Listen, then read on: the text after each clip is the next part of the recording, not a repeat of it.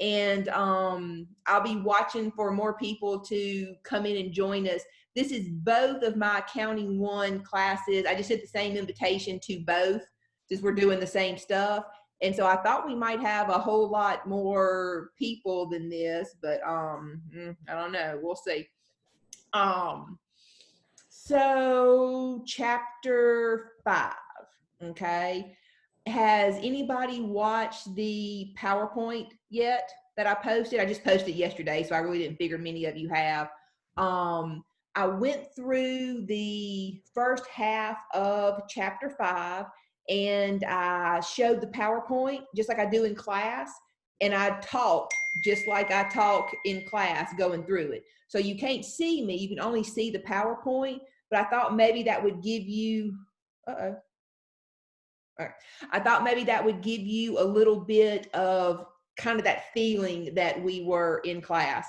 And when y'all watch it, I'll just tell y'all, Porter's not here today. The boys are gone turkey hunting, enjoying some social distancing in the woods. But he was home yesterday, and he thought it was quite amusing to annoy me while I was trying to do that PowerPoint thing. And so I get tickled a couple of times, and he says hello once, and so I can't remember where in the thing that is, but I'll just go ahead and warn y'all about that.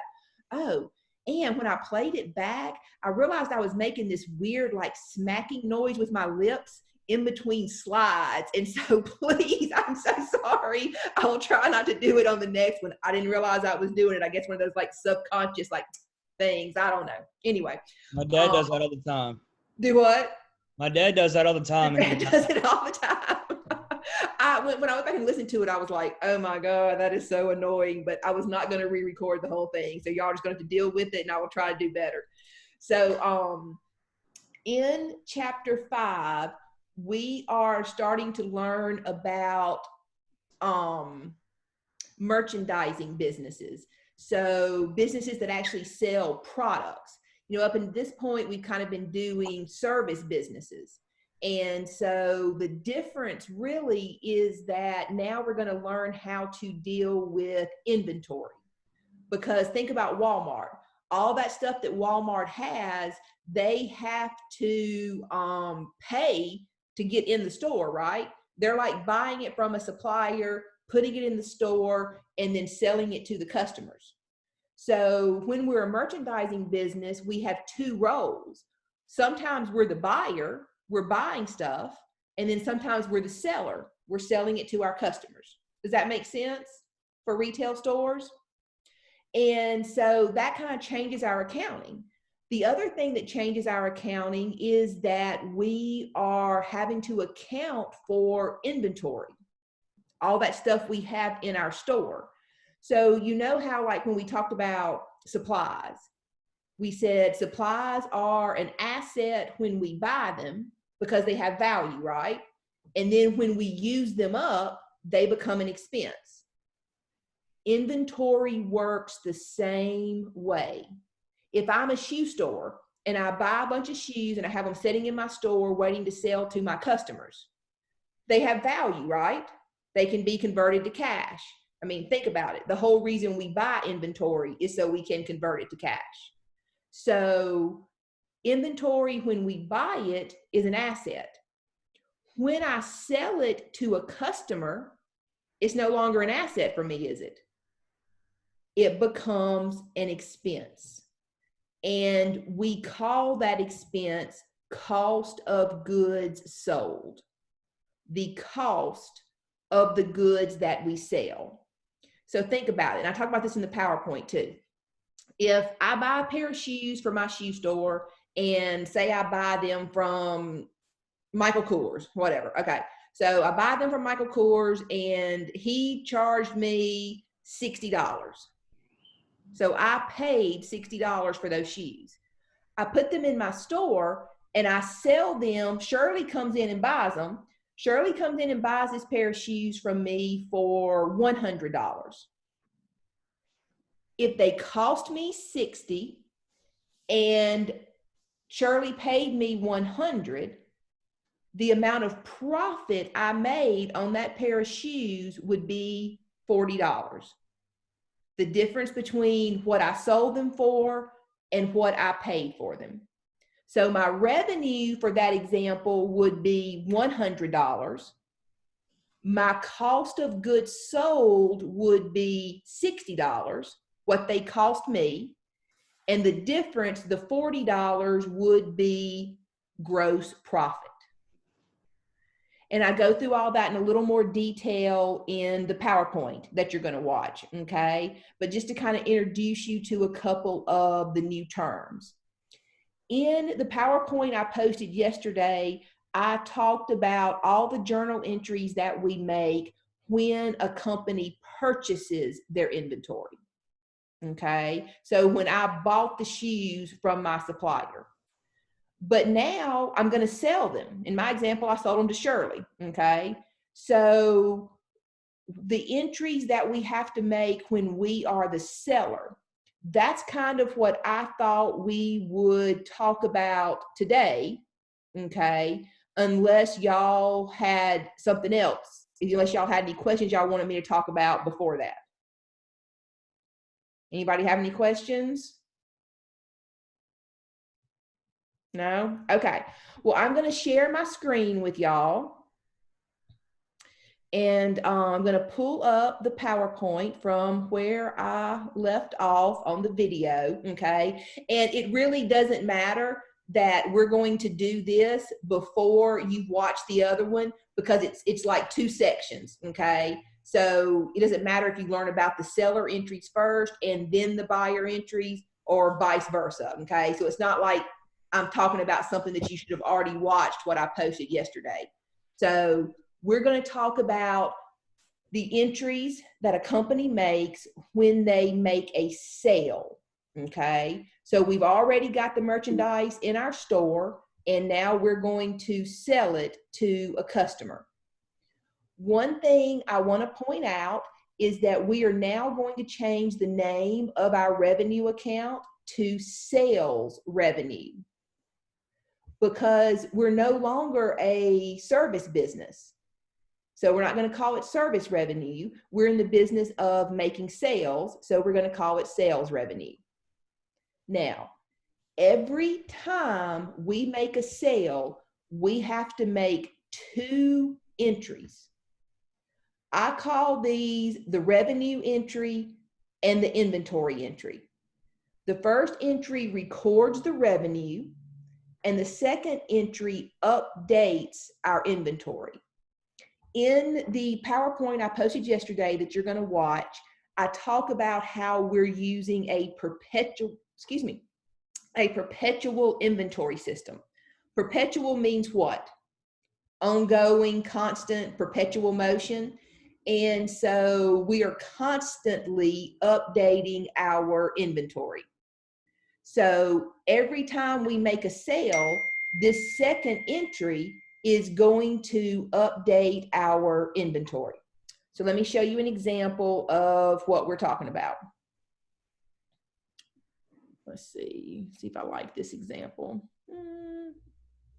Let's go to this one. Okay. Smart Touch Learning sold 2 tablets for $1,000 cash. The cost of the tablets was $700. So I am selling the tablets for $1,000. The cost was $700. So notice how it's giving me two different amounts: the amount I'm going to sell it to the customer and what it cost me. So I used the $1,000 in the first account. Y'all give me just a second. I got somebody wanting to come in. Let me let them in. I have a question. Okay, go ahead. Is merchandise inventory, is that an asset? Yes, merchandise inventory is an asset because it has value, right? I can convert it to cash. Yes. Okay. Merchandise inventory is an asset. And I talk about that in more detail in the first part, okay? But yes, it's an asset. So if I sold these tablets for cash, then my cash is going up by $1,000 and my revenue is going up by $1,000. So the same debit and credit rules apply. We're just using a new name for our revenue account. If they cost me $700, then I'm going to debit this account cost of goods sold for $700, and I'm going to credit merchandise inventory for $700. So basically what I'm doing is I am lowering the value of my asset, because if I've sold these tablets, they no longer have value to me, right? I don't have them anymore, so they're no longer an asset to me. They have become the cost of the goods that I sold. And that is an expense account. Poor Tori's having problems. Sorry, I keep having to pause to let her in. I don't know what she's coming and going. She must have a good connection or something. Okay. So cost of goods sold is my expense. Merchandise inventory is my asset. So my expense is going up with the debit. My asset is going down with a credit. So just like when we would make our adjusting entry for supplies and we would debit supplies expense and credit supplies, we're doing that basic same concept here. As we sell the inventory, the expense goes up, the asset goes down. So every time we make a sale, we'll make both of these entries, and they will give you both numbers. So that's kind of like light bulb moment. Oh, wait, they gave me two numbers. I need to make two entries. They'll tell you what you're selling it for, and they will tell you the cost. Questions? Okay. If we made a sale on account, we're just going to use accounts receivable as our debit instead of cash. Okay. So nothing new there. We know when we earn revenue, we either debit cash and credit our revenue account, or we debit accounts receivable and credit our revenue account. So if we made the sale on account, debit accounts receivable, credit sales revenue, and then this time they cost us $17.50. So we're going to debit cost of goods sold, credit merchandise inventory. Make sense? Yeah. Okay. In the PowerPoint yesterday, I talked about discounts, but I know y'all haven't watched that, so I'm going to go ahead and talk about them again. When we are the buyer, the purchaser, so what I was talking about in yesterday's PowerPoint, we call them purchase discounts. When we are the seller, we call them sales discounts. So depending on which role I'm playing at the time, the name changes, but they're the same thing. So if you can do purchase discounts, you can do sales discounts and vice versa. So a sales discount simply means that we are offering our customers a chance to save some money if they pay earlier than their normal credit terms require. So what I mean by that is, say we normally give our customers 30 days to pay their bill if they buy on account. What if I say, okay, you've got 30 days to pay your bill, but if you pay it within 10 days, I'll give you a 2% discount. Just a little incentive, because the quicker they pay me, the quicker I have money, I can buy more inventory and sell it to more customers, right? So it's kind of all about speeding up that cash flow cycle. So when we do the sales discounts, right here, this is what the discount looks like. And I explained this yesterday, but let's talk about it again. 210 net 30. The way we read these discounts, the first number, the 2, that is always the percentage of the discount. The second number is always the number of days that we have to take advantage of the discount. So this one I would read a 2% discount if I pay within 10 days. First number is always the percentage. Second number is always the number of days. The comma, we say or. It's our other option. Or the net amount, the normal amount, is due within 30 days. So in front of the comma, those are your discount terms. After the comma, those are just your normal credit terms. So you don't have to pay early, but you can. Our customers don't have to pay us early, but they can. It's totally their choice, okay?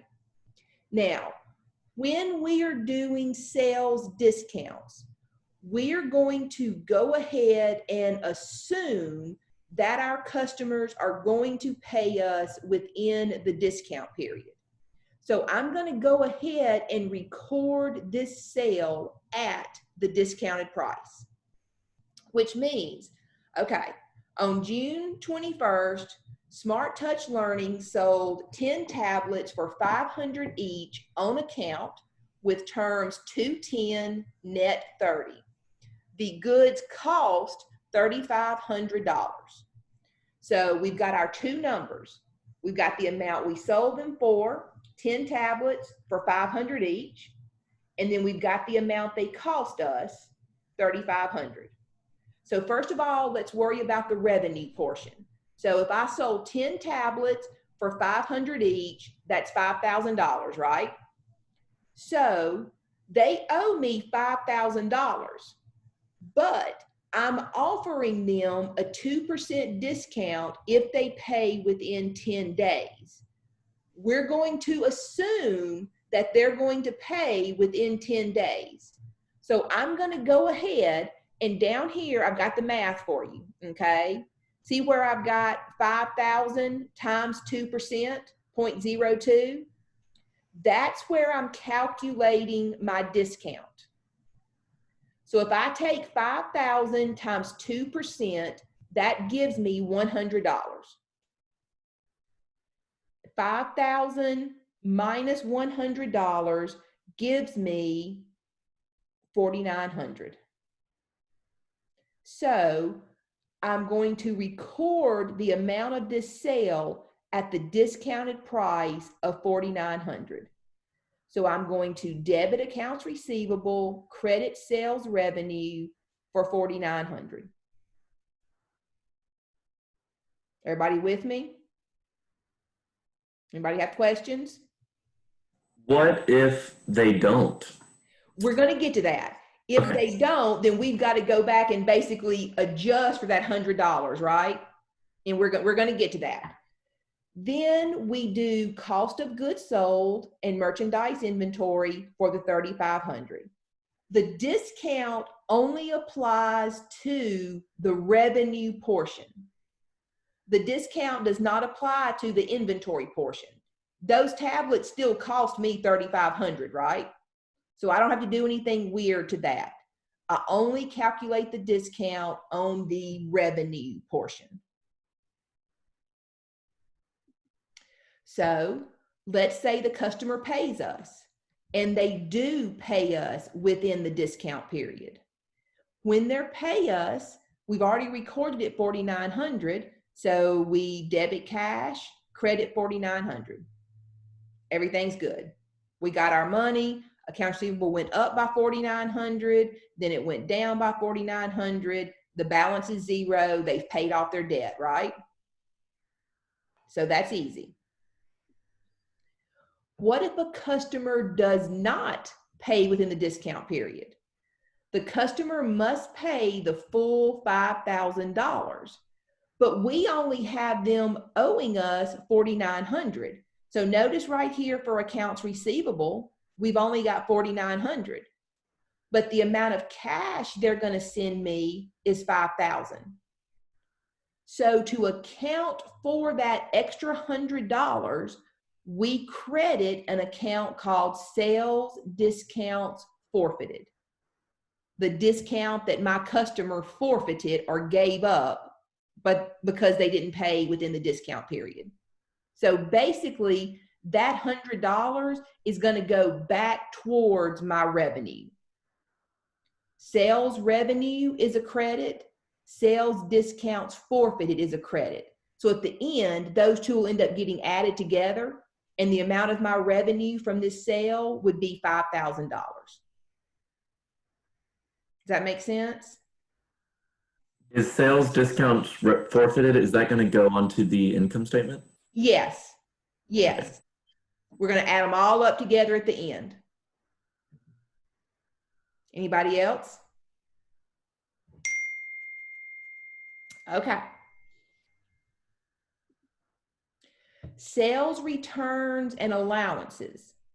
Now, we've never dealt with returns before because we've been dealing with service businesses. And I was talking about this in my first part of chapter 5 that I posted yesterday. You can't get somebody to come cut your yard and then call them back the next week and go, my grass grew back, I want a refund.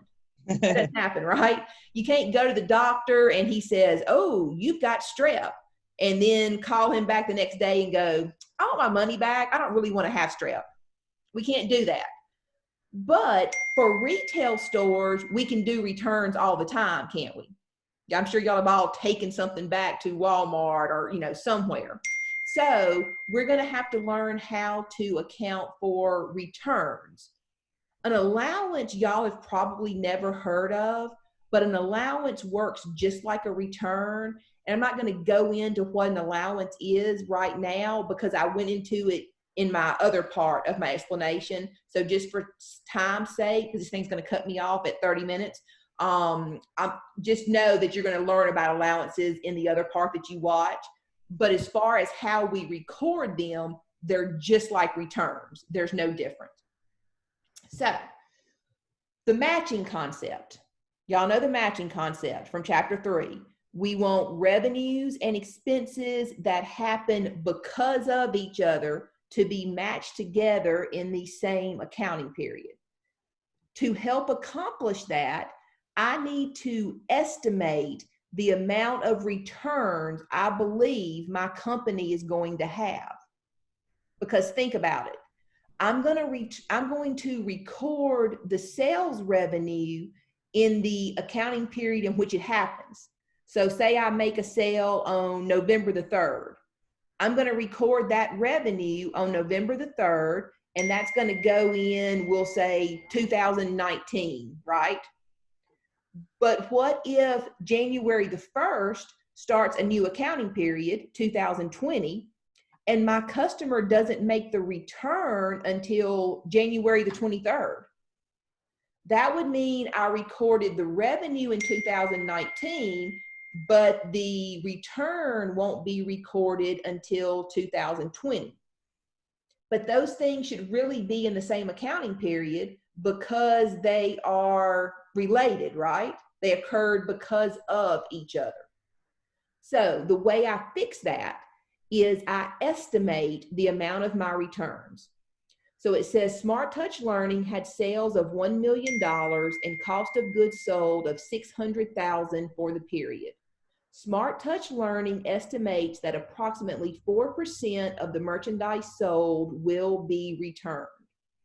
So we're going to make two different entries.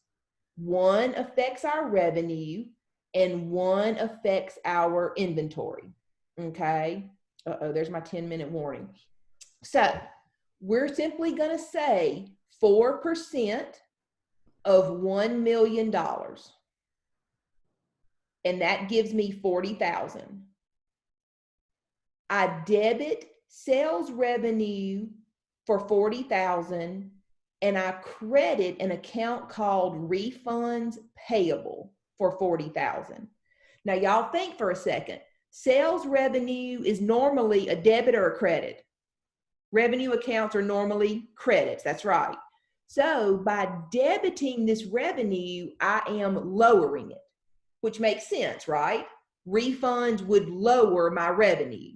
When Stephen comes in and buys a pair of shoes from my shoe store, I record that as revenue because I believe I've earned it. But then if he brings them back next week, I didn't really earn that revenue, did I?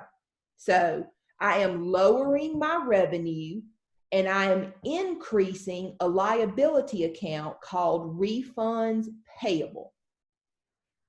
So I believe that I owe my customers $40,000 worth of refunds. Now, I don't know if Stephen's going to bring back his shoes or Shirley's going to bring back her sandals. I don't know who exactly I'm going to owe these to yet. I just know based on past experience that 4% of my sales end up being returned.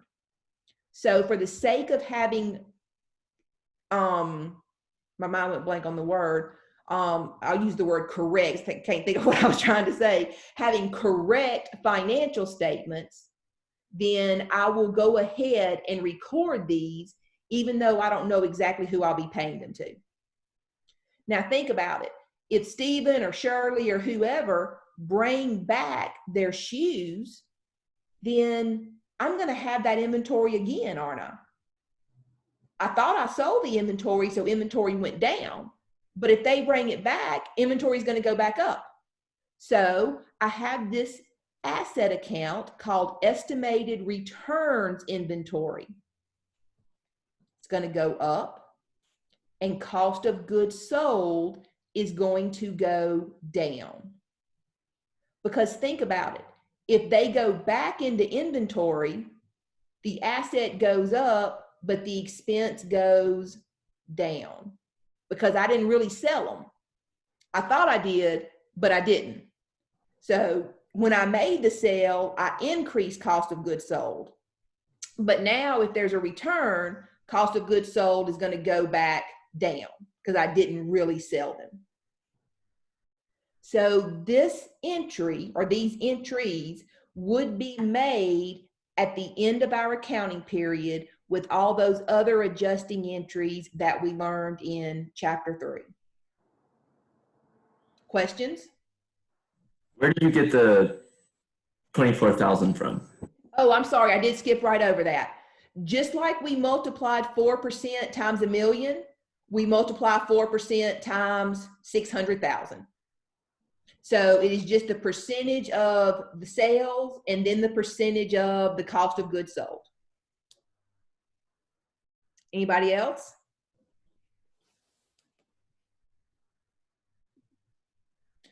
So we made that adjusting entry. Now what happens when we have an actual return? On January the 20th, 2020, a customer returned merchandise purchased with cash with a sales price of $2,000. The cost of the goods was $800. So now I have an actual return, okay?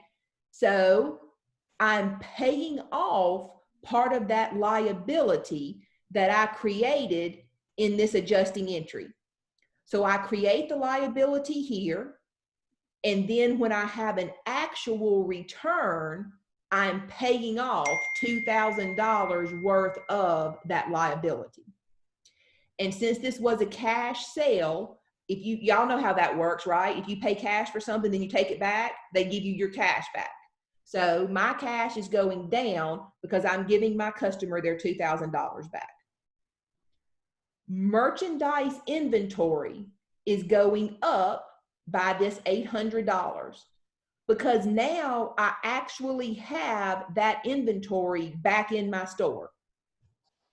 My estimated return inventory goes down. So when I made this adjusting entry, I created this estimated returns inventory. This is the amount of inventory I believe I will be getting back.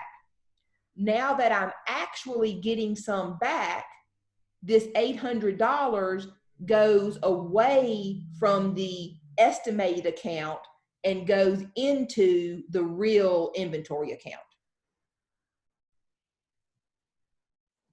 Questions?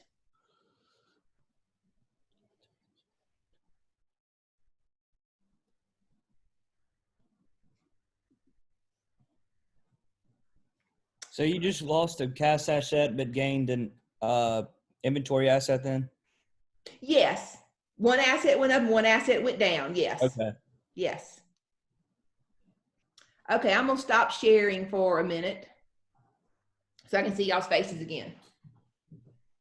So that is the gist of our entries from the sales side. Okay. There's a few more entries that deal with transportation cost. I covered the transportation cost in the video lecture that I posted, the PowerPoint lecture that I posted yesterday. Okay. So before you try to work any homework, you need to watch the PowerPoint lecture or listen to, watch both. Well, I guess it's both. Watch the PowerPoint lecture that I posted yesterday. And then I'm going to post this also. So if you need to go back and kind of review the sales stuff, you can do that. And then you've got all the other chapter 5 videos that aren't me, but do a pretty good job explaining. And just in case y'all haven't looked at those yet, I know you may open that up and go, oh my gosh, she posted 10 videos. Some of those videos are like 15 seconds, like literally less than a minute. So it's not near as much as it appears when you just open it up and go, does she really expect me to watch all those? It's not that much, okay? And I think the PowerPoint lecture that I posted yesterday was maybe right at 30 minutes. But make sure you definitely go back and watch that. And then you've got this information on the sales. And make sure you've watched both of them before you attempt any homework. And I would definitely watch the other videos also, okay? So I just thought this would be good because it's more like being in class, okay? If I didn't say this at the beginning because this is my 3rd meeting and so I keep forgetting I'm kind of like starting over. I miss y'all. I miss y'all so much. I used to have some thought. I used to teach a whole lot of online classes, and every now and then I'd have the thought of, dang, it'd be nice to be an all online instructor. I could just work from home in my pajamas and not to put makeup on. I need to be in the classroom with y'all. I miss y'all. Y'all may be liking this, and it's okay. I mean, I'm liking a little bit of it, but for the most part, I would rather be back at school. I miss y'all's faces. I miss that one-on-one communication. But most importantly, I do not want y'all to feel like y'all are stuck out there in cyberspace without any help. Please, please message me. You can message me with questions 1,000,000 times a day, and I will keep answering them, okay? Shoot screenshots, take pictures, highlight, mark up your pictures, tell me where you're confused. Whatever I can do to help, I'll make little videos to answer questions. We'll start having more Zooms, whatever I can do. Y'all tell me what y'all like, okay? Y'all send me some messages. I miss y'all. I can't wait to see y'all. I think it's about to cut me off. What, Stephen? I just was going to say, I definitely prefer the Zoom meetings and I'd like to do more of them. Okay, we will definitely start having more Me Zooms, too. maybe 1 or 2 a week or something. Okay, that sounds good. Y'all let me know what questions y'all have on chapter 5, okay? Stay safe. I'll see y'all soon.